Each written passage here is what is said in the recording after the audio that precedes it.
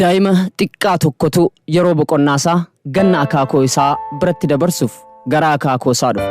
Akaakoon isaa nama addaati. Waliin taphatan, ni gorsan. Mucaan kun akkas jedhee gaafate guyyaa tokko. Akaakoo hangaafan guddadhee nama milkaa'aa ta'uun barbaada. Akkaan nama milkaa'aa ta'uuf na gorsuu dandeessaa jechuun mucichi gaafata. Akaakoon isaas mataa raasee ajaa'ibsiifachaa eeyyeen jedheen. Hayyee maal na gorsita jedhee mucaan itti fufee gaafate. Na hordofe jedhee akaakoon mucaa kana fuudhee iddoo biqiltuun itti dhaabamutti geesse. Achiin booda biqiltuu kanneen keessaa lama filatanii fuudhanii gara qe'eetti deebi'an. Mucaa kanaaf ammallee dubbiin hin galleef.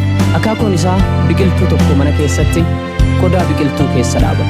Tokko ammoo fuudhanii alatti dhaaban. Akaakoon mucaa isaa gaafate. Biqiltuu lamaan keessaa kamtu carraa sirriitti guddachuu qabaata ilma koo? Mucaanis shakkiin qabu kan mana keessatti dhaabame sani jechuun deebise.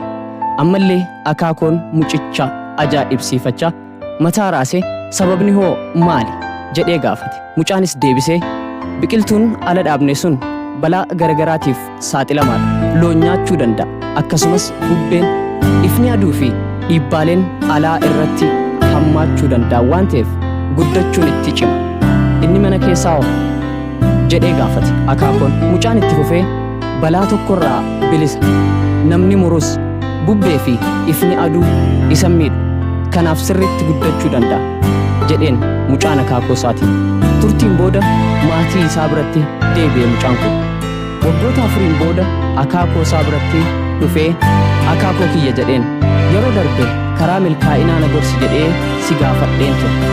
Garuu uumaa naaf hin himu. Har'a naaf himtu malee hin deemu jedheen mucichi. Akaakoon mucichaas fuudhee iddoo biqiltuutti dhaaban sana geesse. Biqiltuun mana keessa dhaabame guddatee muka ta'eera.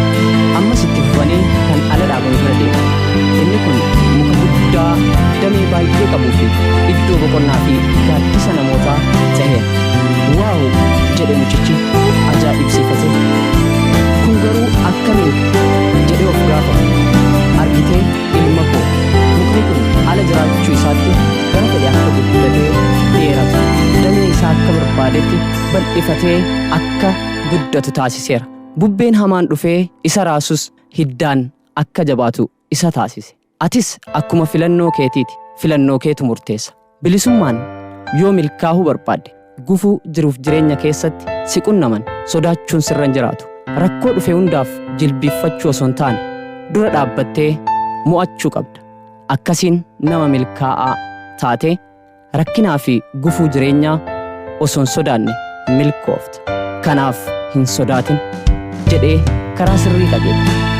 Dhaggeeffattoota keenya, isiniif filannoon keessan sodaa rakkootiif milkaa'ina dhabuu moo rakkoo injifattanii milkaa'u?